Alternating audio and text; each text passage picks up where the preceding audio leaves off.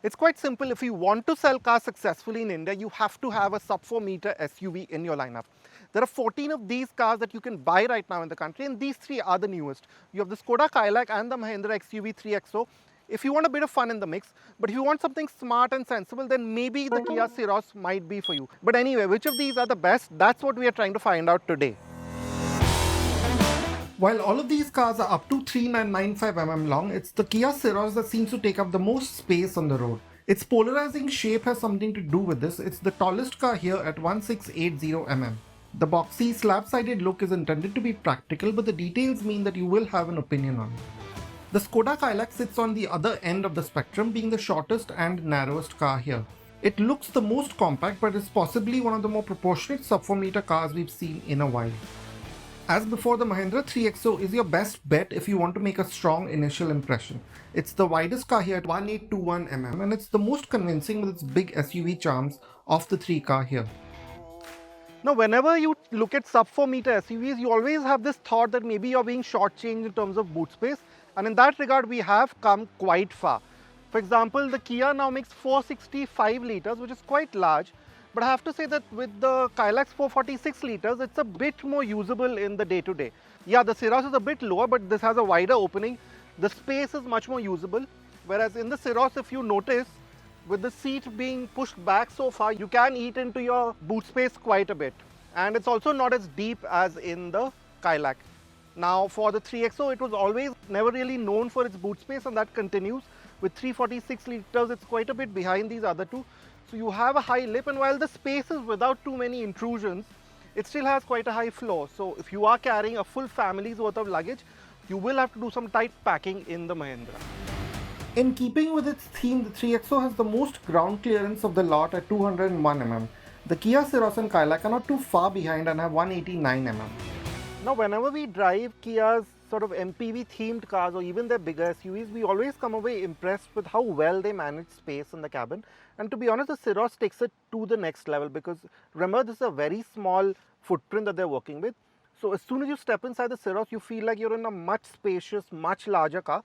And that's largely down to these window sills. As you can see, they're very low, the shape of the window itself.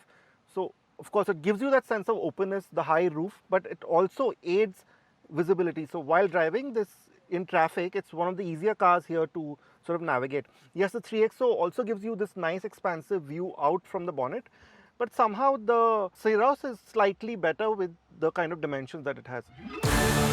With the Kylaq, you sit in a more cocooned, sporty way, which doesn't help visibility in traffic as much as the other two. The seating position is not quite as SUV-like as the other two, but for those of you who like driving, the Skoda delivers with that more connected feel. Now, whenever you have a Skoda in a comparison test like this, you would expect it to absolutely ace the kind of quality that you have in the cabin. And with the Kylaq, it's almost that case. You have some very nice, slightly offbeat color choices that have been used. For example, this green that you see here, or this texture finish that you see on top of the dash and just around here, as well as on the door handles. And as you would expect, the fit, finish and quality is right up there. But the Syros takes it a step above. And that's in the details. While you do have that heft and solidity that you have in a Skoda, the Syros in some of the details, like for example these buttons of the steering wheels or this sort of climate control panel, everything is physical and very tactile and very high quality in the Syros. But here you notice that it's not quite that easy to use or that satisfying. Even with the Syros at hand, you get the sense that the 3XO could be from a segment higher. Its wide cabin and big seats make you feel luxurious in a way. There's also way more soft surfaces here on the dash and doors. The stitching is a nice touch and works with a light contrast cabin. But this doesn't quite have the modernity or plush look of the other two cars. The plastic and textures don't feel as well executed in the other two, although the car seems consistently put together. The gloss black panels are prone to scratches, and the switches, though chunky, have a flimsy feel to them. Now all three give you fairly decent sized door bins, especially the 3XO. The door bins are quite large, but with the Syros, just the way everything is arranged, it feels much easier to access. You can put two bottles here easily. This space over here with the push type sort of hidden cup holders, there's a lot of space for you to put your knick-knack. Same with the charger here and the small cubby here. The 3XO doesn't have much in the way of usable space in the center console, and the Skoda has good cubbies but not quite as smartly done as the Kia. The Kylaq is the most difficult to interact with on the move with its capacitive panels. The Mahindra and Kia have all the physical controls you might need, but the Kia feels the most natural to interact with its layout and settings. The 3XO holds its own with its 10.25-inch touchscreen. It's slightly larger than the 10.1-inch unit in the Kylaq, but has a more consistent theme to it. It can be a bit clunky with its responses and layout in relation to the Kylaq, but the Mahindra seems to have worked on this over time. You get a vast degree of connected features which the Kylaq doesn't quite have, although both give you inbuilt navigation. The Syros gets Kia's latest screen package and is the largest one here at 12.3 inches. It's also the most responsive with the richest display and intuitive layout. It also gets a small 5-inch climate display that is largely redundant and blanked out of view by the steering wheel. Thankfully, the Kia now also gets wireless Android Auto and Apple CarPlay, bringing it to par with rivals. The Skoda system still works the best, firing up the quickest and most reliably. All of these cars also get a driver's display where again the Syros impresses. It's the largest and most legible with logical menus. The Mahindra is a slightly smaller one at 10.25 inch. Its dark themes and small fonts don't quite make it as easy to use, and it could have had less complicated menus. The Skoda is a bit behind the others. It only gets an 8-inch display that is quite configurable but not very easily so. You have a lot of blank space around the displays that now feels out of place in this segment. Now with a wheelbase of 2600 mm and 1821 mm of width, the 3XO is the largest car here in many respects, especially when you consider the back seat. So if you had to carry 3 people at the back, this is the best car for you, especially considering how the bench is shaped. It's the flattest, very typical of Mahindra, so it may not be the most comfortable over a long duration, but it will be the most practical in that sense. And you also have that general sense of openness that this white interior brings you. Yes, it will be difficult to maintain, but it's there. Now in terms of knee and headroom, this is very, very close to the Syros. Although again, the Syros with its high roof and those large windows gives you a more open feel in some respects. And the Kylaq is some way behind them, although it, like I mentioned earlier, it has a longer wheelbase than the Syros. The way it's packaged is quite compact, and 3 people together in the back seat of the Kylaq will be a bit difficult. Now coming back to the 3XO, the seat base, again, I feel it could do with a bit more thigh support, and this is somewhat interesting. The other 2 cars here, they have floors which are quite low. This one has a slightly higher floor, which I think is sort of taking away some of the under thigh support. Now you have a decent recline angle, but again, not quite as good as the nearly business class like position that you have in the Syros. The Kylaq is the best space for you if you travel 4-up often with the supportive seat cushioning. The Syros has more contouring than the Mahindra, which also holds you in place better, even though 3 abreast here is not as comfortable as in the 3XO. The Kylaq's dark cabin and lack of panoramic sunroof seems to show itself the most in the back seat, although it does mean that the headroom is quite good.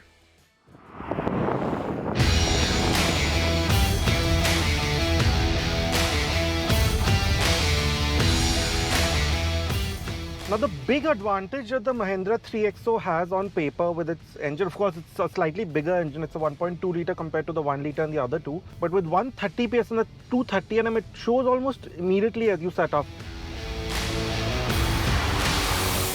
The Syros makes a bit more power than the Skoda, while the Skoda has a slight torque advantage, making 178 Nm against the Kia's 172. The Kylaq and Mahindra get the same Aisin-sourced 6-speed automatic, while the Syros uses the familiar 7-speed dual clutch. It's got a sense of urgency and peppiness that the other 2 here don't have. So while the Syros still has that nice linear pull just as you start off, the Mahindra gives you an added sense of urgency. Now with the Kylaq, you have that strong crawl function that was always trait of these MQB-A0 iron cars, so that's been kept as it is. You have to work the Kylaq a bit, which can be a good thing sometimes, but both give you that sense of engagement and excitement that previously you might have wanted in a fast, fun hatchback. As for the Syros, it's the mellow of the 3 cars here. It could do with a bit more go before the turbo spools, but it has a simple linear power delivery that is practical and easy to get used to. It's meant to be effective and not really exciting, which it does well. The Mahindra also scores nicely with refinement. It's also almost as refined as the 1 litre in the Syros. That Syros is dead silent. This one isn't. It has a nice rumble to it. And yes, the 1 litre in the Skoda could have been a bit more refined. It's improved a lot from the earlier iterations of that engine. In keeping with its convenience-focused theme, you get drive and traction modes in the Syros, but no sport mode for the gearbox. The unit also seems to be tuned best for calmer driving despite being a DCT. It takes a while to respond to a heavy dollop of throttle, but comes through with smooth, clean shifts at path throttle. Surprisingly, the Mahindra doesn't get a more aggressive gearbox map. A sport mode like this would have exploited the engine's potential further. This shows up more in context with the Kylaq. The Mahindra seems to have the more responsive tune of the Ison box, but with Skoda adding a sport mode to the gearbox, there's a lot more being extracted from the engine. The shifts are sharper and quicker in this mode and quite responsive for a torque converter via the paddles, another bit of equipment that the Mahindra lacks. Now when the Kylaq came out and we drove it first, we were quite sure that this could well be one of the better handling SUVs in the segment, and driving these three cars together sort of proves that. Now just like what the Kylaq and the Taigun are to an extent in the higher segment, the Kylaq does that here. So it has thoughtful handling sort of character that if you like driving, it'll really appeal to you. So you notice with the steering itself, it is still light. The other two are lighter still. So in this competition, it feels a bit heftier, but in general terms, it's quite light, but you have a good deal of directness and control. So on a winding road like we are on right now, this sort of gives you the most confidence as you sort of tuck into a corner. And really, the car's balance and the poise that it has around bends is the most confidence-inspiring of the three cars here. It's really quite predictable in the way it sort of leans. You can work around it. You have a decent idea what the nose is doing. And yes, it's a bit more compact than the other two, and that helps it in this regard. So you feel like you're driving something that isn't exactly an SUV. It must be said that Mahindra has done quite a good job in coming reasonably close to the Kylaq. You still can get a smooth flow going in 3XO, especially with that very potent engine. But you do realize that when the car is loaded up into a corner, maybe it's not quite as sure-footed and as fluid in its motions as the Kylaq. The steering could be a bit more communicative in these situations too. The steering modes add heft but don't improve directness. Now, having said that, the Syros, it was never really meant to appeal to the enthusiast, and it shows in the way it drives. You do notice that it has quite a bit of body roll with that high sort of roof design. Now, as long as it keeps speeds in check, it's fine. You will keep making progress. But if you enter a corner a bit quicker or at speeds that you would do in either the 3XO or the Kylaq, you do notice that the car seems to really not like it. It has quite a sharp sort of movement in its roll, which can sometimes catch you off guard. Now, the steering in the Syros is also quite light, which makes it a great help in the city. But again, if you want some kind of engagement from that car, then you really don't feel that connection. The Kia and the Skoda have very similar braking performance, which is quite commendable for the Kylaq since it still uses rear drum brakes. The Kylaq and Syros are similarly efficient, returning around 12 kmpl. The Kia is better in the city with its drive modes and the extra cog. The 3XO is surprisingly also quite efficient, largely due to it remaining quite subdued in its eco mode. Now, you might be thinking that with the Syros and its very family-focused sort of approach, that might be the most comfortable car here when the road gets rough. But that's not really the case. It's the Mahindra that seems to isolate you from our road surface the best. So on a high-speed highway sort of cruise, there's really not much to separate all three of them. I think the Kylaq does it the best, the Syros a little bit less, and the 3XO a bit below the other two. But we're splitting hairs in that regard. But really the 3XO is the one that seems to keep these broken patches, potholes and so on out the best, because all three have a degree of firmness to them. We're driving the top end versions, all of them get 17-inch wheels. But it's the 3XO that seems to be the most plush and undisturbed over broken roads. Now the Kylaq, I must say, finds a good balance considering the fact that it's quite focused on handling and its driving sort of character. But you still do feel comfortable enough. Yes, when the road does get rough, you do feel like you're being moved around a little bit more than in the Mahindra, but it's acceptable. Now the Syros, I'm a bit surprised to note that it's not quite as comfortable as the other two here. Now it's not really down to how firm it is. Yes, it's firmer than the other two, but not to an extent that it jars you. But what really sort of sets you off about it is the fact that on an uneven road, the kind you find everywhere in our cities, it's constantly sort of moving around, pitching and bobbing, that really sort of takes away from the experience a little bit. At rupees 16.80 lakh, the Kia Syros is pricey. You get a ton of equipment for this, but it's C-segment money and the Syros doesn't quite have the driving chops to justify that. It is still by far the most premium space here and should be the car for you if you will spend a lot of time in the back seat. The Kylaq handily undercuts the other two cars here at rupees 13.99 lakh. It may be lacking the space and creature comforts of the others, but the smart driving dynamics and proportionate styling help it stand out.